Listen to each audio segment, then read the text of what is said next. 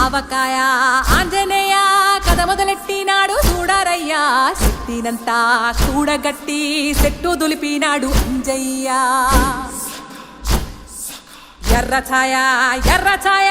కోతి అవతార వెంటమాయ కత్తి సేత